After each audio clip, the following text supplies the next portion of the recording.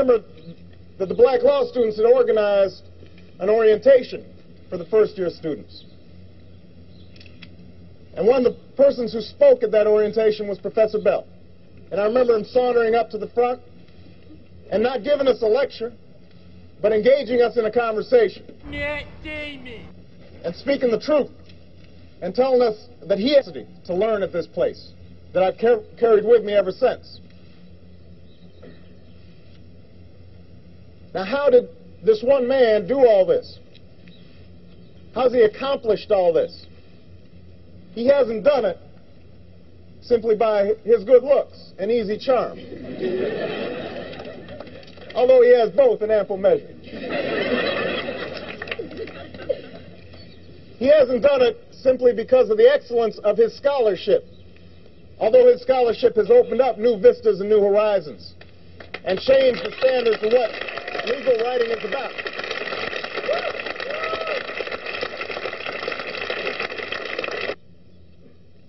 Open up your hearts and your minds to the words of Professor Derek Bell. I love you. You complete me. Well, what makes this so interesting when you think about it, of course, we hid this throughout the 2008 campaign, so I don't care if they find it now. Barack Obama is a radical. We should not be afraid to say that. Derek Bell? Yes. Harvard Law School black man. Yes. Threatened the law school if they didn't hire a black woman. Yes. He's going. He's leaving. Oh no. Well, he's taking. If I understand it correctly, he's taking unpaid leave until such time as they hire a woman of color, as he says. But he's also said that by black he does not mean skin color. He means those who are really black. Not those who think white and look black. And so what he's really saying is he wants ideological conformity in the people that are hired to fill this position. He has launched a despicable attack on a young black professor at the law school who doesn't go along with this. She has a devil of a time getting a job, not a job in a prestigious institution, a job teaching at a college. And the reason is that she gets shot down, blackballed, whatever, by people who don't like her ideology. There is this ideological intolerance that Bell has, so that although he's fighting against the whites ostensibly, he's also fighting against those blacks who don't agree with him. He really has this sort of totalitarian mindset. What does it tell you about the president? That he too is not someone who is, he's turned his back on the ideal of a colorblind society.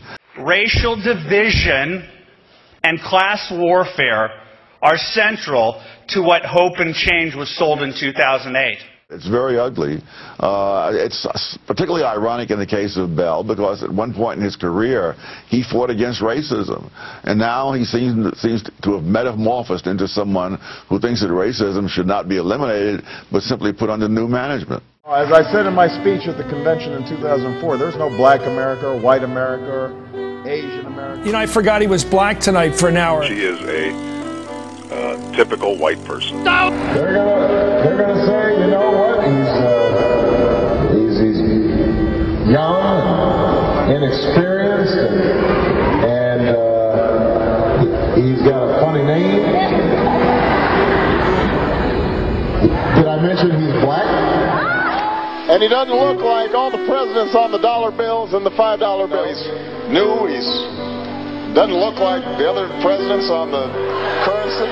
He doesn't look like all those other presidents on those dollar bills, you know. And he's really for I guess, a getting even society, a revenge society. This guy has a social justice. He is going to set all of the wrongs of the past right. Everything should be fair. This is not your mother's Democratic Party. Duh. I won't have to worry about putting gas in my car. I won't have to worry about paying my mortgage. You know, if I help him, he's going to help me. I hate white people. Why? All of them. every last iota of a cracker. I hate him.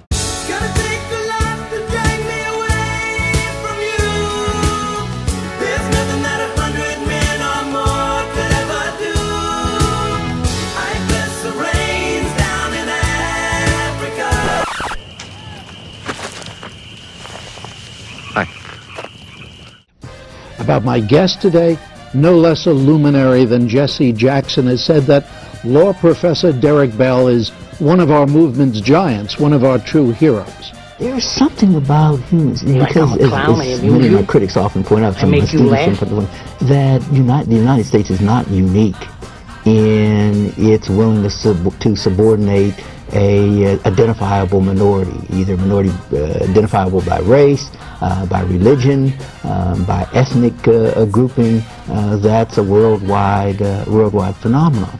What would seem to make it different here is our commitment from our earliest documents, the Constitution and what have you, that seem at one level to be pointing in a different direction. When read carefully, of course, already inculcate some of the essence of the problems that we face today. That's not true! You are one pathetic loser. A sphincter says what? To throw off every vestige of white oppression, Shabazz has relinquished his given name of Maurice Heath for King Samir Shabazz. Any of you guys call me Francis, and I'll kill you. No whites were ever enslaved.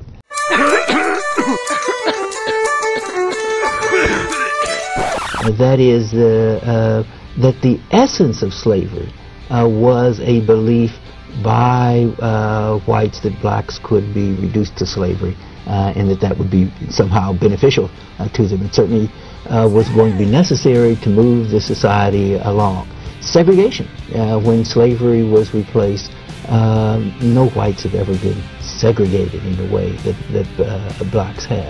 Dreamer, you know you are a dreamer.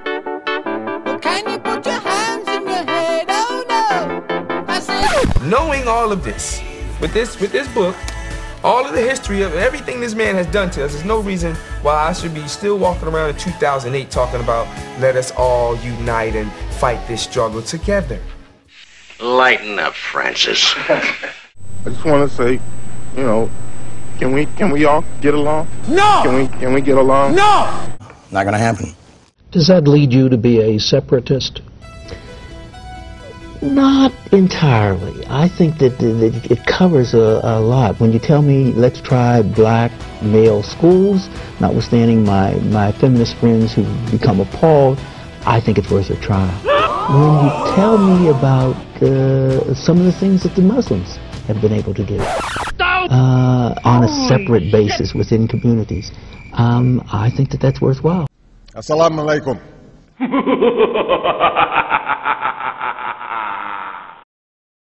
I think that if we could turn our prison systems over to the Muslims or that kind of philosophy, we might be able to bring people out to do other than things that get them right back in.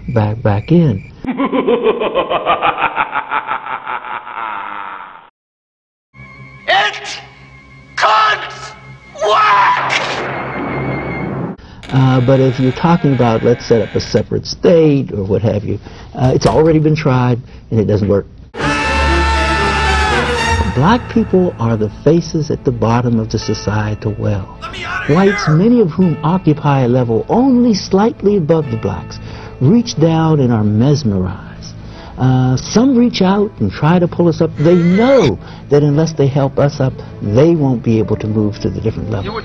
But rather than look up at the top to see who it is that's keeping us both down, they remain fixated on us and determined that they will stay where they are if it means we can stay down further below. You mean I'm going to stay this color? Well, there's something of that, and it is encouraged by varying groups at the top.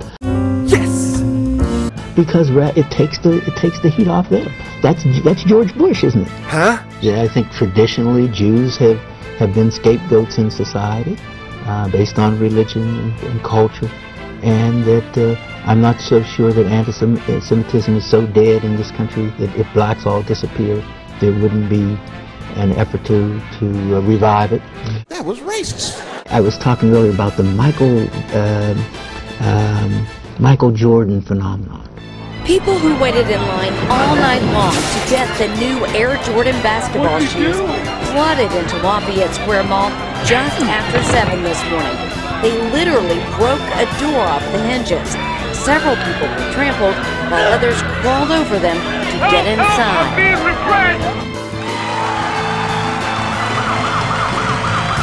Let me end with a quick story about an old woman down in rural Mississippi. No! Who I asked a question like this because she was pushing and I loved her answer. And they were shooting through her house at night. They were trying to take her farm. And I said, you know, Ms. McDonald, why do you do it? And she said, Derek, I'm an old lady. I live to harass white folks. She said, Derek, I'm an old lady. I live to harass white folks. Now, this Mrs. McDonald, as a matter of fact, lived in a basically white community, and her neighbors were very supportive of her. And the marvelous thing about her, the way those neighbors, she lived near whites who were supportive of her. So she wasn't talking, it wasn't a racial thing, but she knew that those people who were oppressing her were white. So she wasn't condemning all white people. You're tearing me apart! She knew that she didn't have their power, she didn't have their money, she certainly didn't have their guns. But those who were on her, were oppressing her, her talent was not to beat them because they had the money, the power, the guns. Her determination was, in her words, to harass them. She saw her life as given in trouble, being on the case all the time. And I've accepted that as my motto. I live to harass white folks. Open up your hearts and your minds to the words of Professor Derek Bell. I live to harass white folks. The issue is whether current American racial policy and economic policy could result in the annihilation of all but a small privileged group of black people.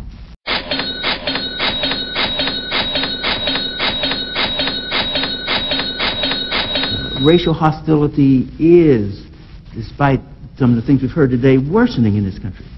How are we going to get rid of racism? Stop talking about it. I'm going to stop calling you a white man. Yeah. And I'm going to ask you to stop calling me a black man. Has Obama helped the process of eradicating racism, or has it in a strange way made it worse? Made it worse. Made it worse. Look. Stop talking about it.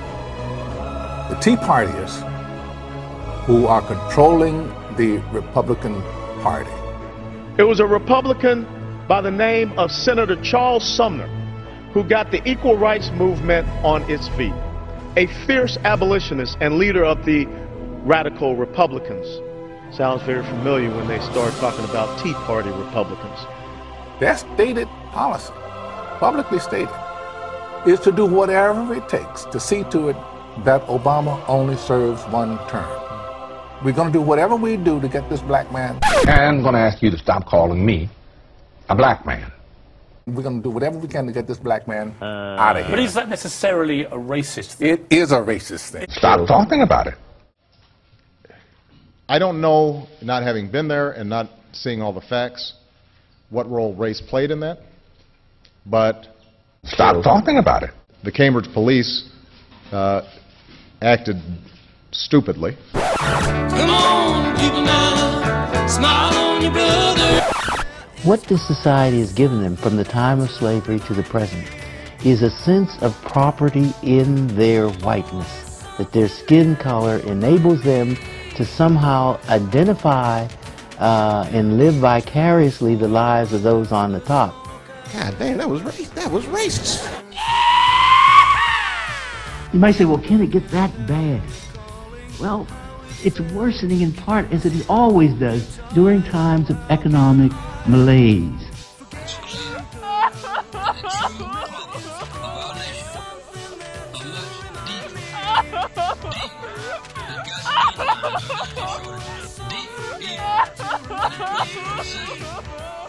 And while there are few who are doing extremely well in the stock market and the Wall Street and what have you, focus on those. The fact is that the disparity in the wealth, as well as the disparity with regard to prison, is going up. 1% of the society holds 40% of the wealth. And each year that gap grows. Yes! And traditionally, when things get tough, where does the blame go? Not on those who are making policies, but on black people. That's not the Snowbama. Well, I think I got the Snowbama. It is the Snowbama. Oh, okay. A century ago, as we moved from an agricultural to an industrial society, the racial outrages and violence were horrendous. We could be moving toward that point again. Your enemy cannot make you free, fool! You want freedom? You're gonna have to kill some crackers! To avoid being mistaken for such a sellout, I chose my friends carefully. The more politically active black students, the foreign students, the Chicanos, the Marxist professors, the Marxist professors, the Marxist professors. We live in this capitalist society, and let's call it what it is, that by definition means that some people are going to make a whole lot of money, gain a whole lot of power by the exploitation, if we want to use that word, of a whole lot of other people. God bless you. You can make millions, you can make billions of dollars in America. You're fired. This is the land of opportunity. You're fired. That's great. All I'm saying is, if you've done well, I've done well, then you should do a little something to give something back. Now, in that kind of society, how do you keep the people down below from rising up? You should do a little something to give something back. In fact, some of the, back when capitalism was getting really started, some of the great thinkers of the time felt it couldn't work. It couldn't work. Because the people down below would rise up, particularly if it was in a democratic situation where they could vote. Well, it has worked. And it's worked for a lot of reasons. There's just a sense that if you work hard, you can, the Alger, what is it? The Horatio Alger stories are certainly there. And so there are many components, but one of them is to have a group identifiable who are deemed on the bottom. Even when they rise up, they're still on the bottom. Oh, there's exceptions. And so with that system, which we've been practicing for 300 years or more, even the lowliest, no account, unimpressive white man or woman can feel that somehow I'm superior.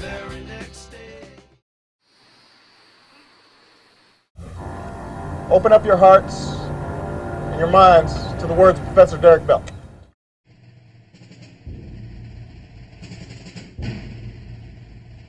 In the United States of America, you have the right to think freely.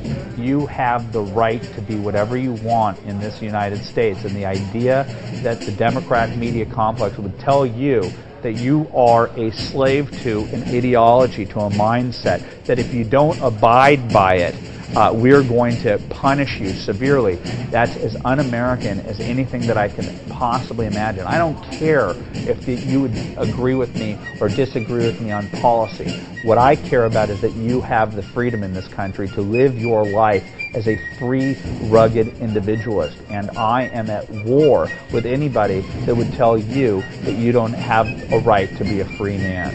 Andrew Breitbart, thank you, man, Thank for you. being here with me today. Thank you.